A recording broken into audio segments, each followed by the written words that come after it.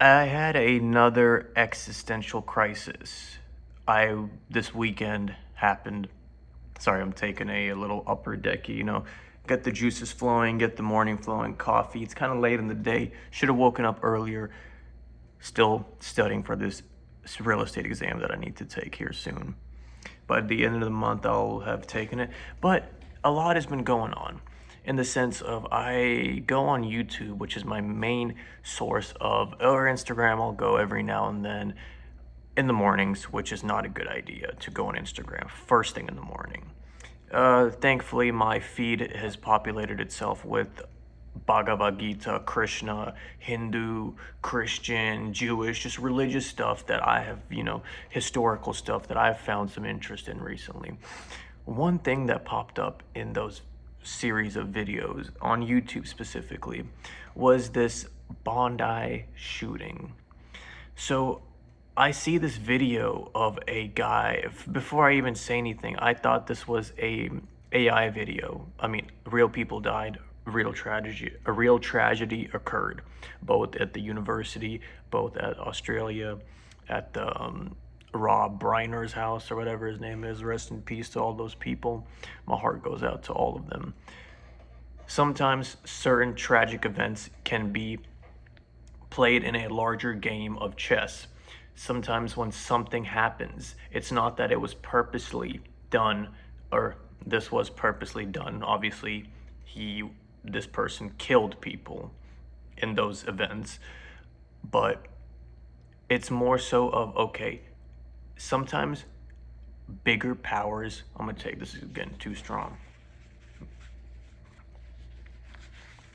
Sometimes the greater power that is in control will let things happen. And that's where my existential crisis, I've had a bunch of existential crises. I could write a book about these and how I've dealt with them. And, especially after going through breakups, drug addictions, figuring out this career, that career, then finally figuring out that I've always wanted to be an architect growing up. Actually, I've wanted to be an archaeologist, first career.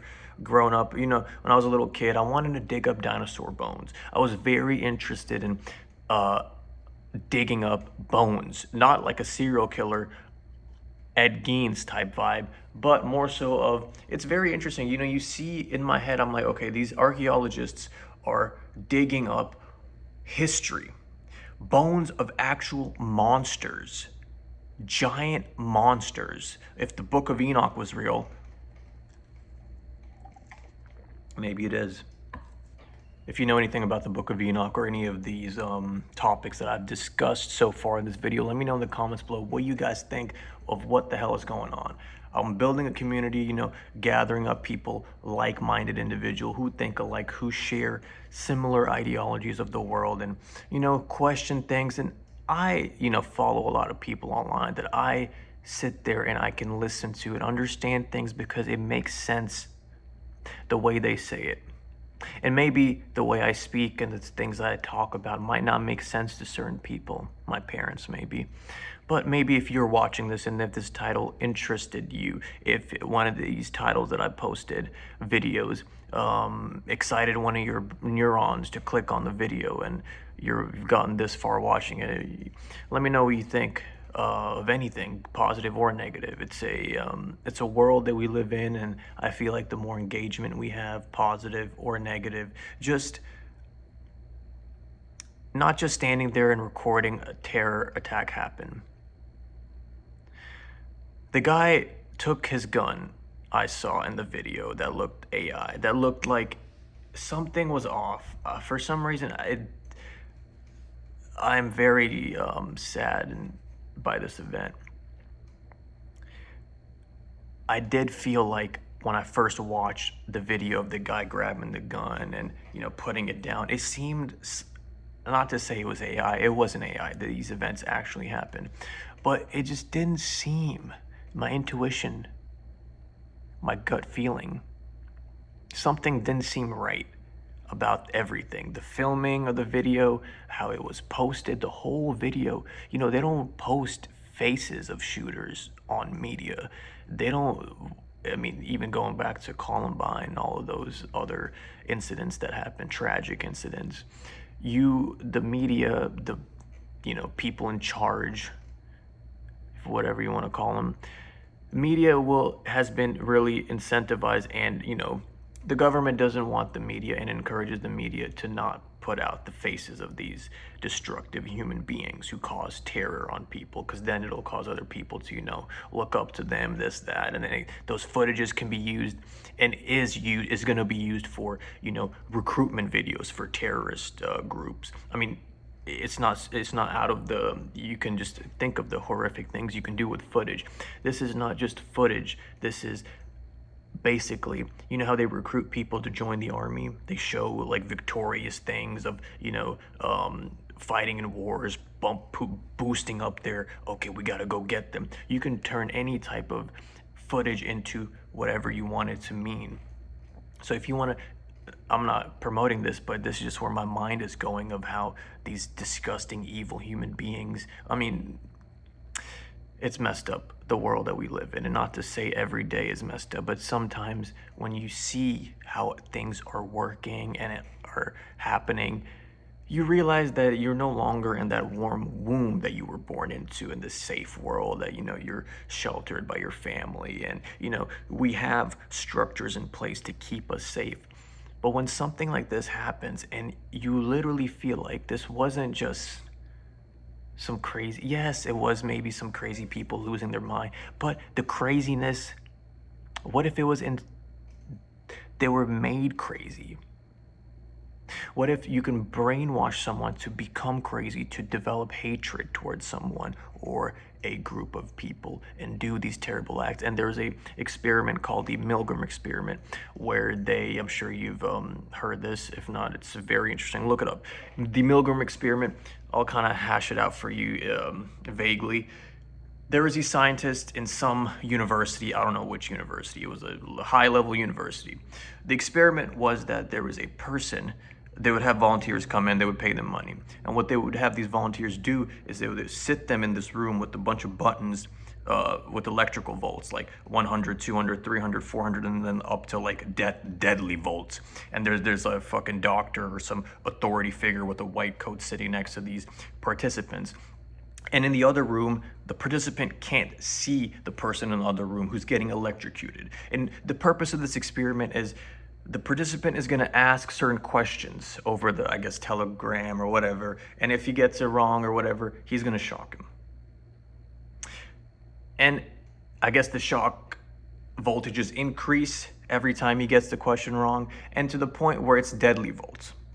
And when it gets to the deadly volts, and I might be fucking up the whole experiment, but this is a vague explanation. I'm sure you can look it up, and I'm sure you already know about this experiment because I've heard this explained thousands of times on YouTube by other people. But it's very interesting because it makes you really think, and similarly to how you learn certain mythologies and they kind of stick in your head and you keep hearing them over and over again. You go to whether you go to church, whether you are studying for an exam and you're consistently putting the frameworks of how real estate works because you've been doing biology your whole life. Now you understand the framework and meta aspect of real estate, everyday repetition.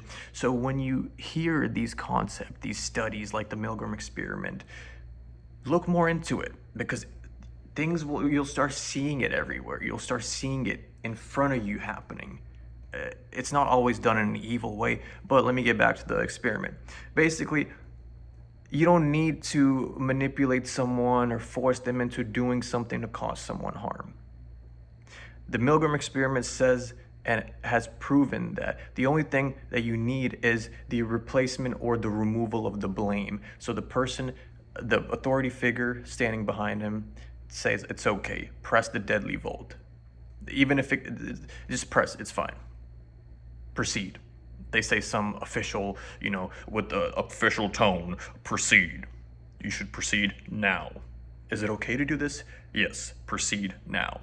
The blame of hurting that other person in the other room with the electrical volts that could be deadly has been shifted to the authority figure, and these authority figures can be, you can see it in some religions, could be used as God is giving you permission to do, which is very bad. And these manipulative tactics I have seen, and I am currently seeing being used everywhere, unknowingly and knowingly. The existential crisis that I had, not only I have had when I was watching the P. Diddy documentary, if you, in my channel, I'll put a link in the description below if you're interested in that. I had similar existential crisis, making me feel like whoever is in control. I can make a whole video of who is in control and who is not. Who we think is in control isn't who we think is control. British Empire. Watch predictive history lectures. You'll learn a lot. I have learned a lot. There's so much that I have been, my brain has been kind of understanding and connecting the dots. And I'm sure you, hopefully, watching these videos, I'm giving a synthesized, more version of a version that's coming through my consciousness of what I understand and how I inputted the information, and it's gonna be spewed out in this video to you, and my feelings of what's been going on, not only with this Bondi, Australia incident, but with the whole Brown University. I haven't even looked into that yet. The stabbings, the anti-Semitism. I am not in favor for any hatred towards any person. I believe in peace. They said that that person who took the gun should have shot him. And I do believe, yes, that should have been the correct. But then my over empathetic, which I hate myself for being so empathetic, starts thinking, what if something bad happened to this person and it caused, but then it's like they hurt so many and killed. How can we be empathetic for people like that? And there's this thing, God Saad is a author, he's on podcasts, whatnot, has a term called suicidal empathy, which is developing empathy for people who are, causing terror coming over. Not to say people who are coming over the borders are all bad people, but if you look at the stats, bad stuff has been happening, and it's not all immigrants. It's the certain people they let come in, and the certain people they let come in, and the certain events that they let happen because it fits the narrative, it fits whatever they trying to push. And I'm gonna say they, the power, the people in control. I'm sure you can figure out in a sense vaguely who or what that is. That's a whole separate video. You can do your own research on that. I'm gonna keep this video at it's about 12 minutes now. Thank you for watching. If you found this even a bit interesting, leave a like, a comment, let me know what about this made you question, your own existence, your own place in life. And what if you're in that situation? What if you're one of the victims? What if you're involved? What if you're on the other side? What if you are Muslim? What if you are Jewish? I am not either. There's a lot to learn from both religions, and I'm currently learning about all the religions. I grew up, Hindu, Sikh, grew up going to church, Christian church. Parents never really pushed a specific religion on me. I'm Indian though. I find it interesting. But I don't find it interesting how you can kill someone over certain belief systems. We are all one organism. Keep it at that. Love you guys.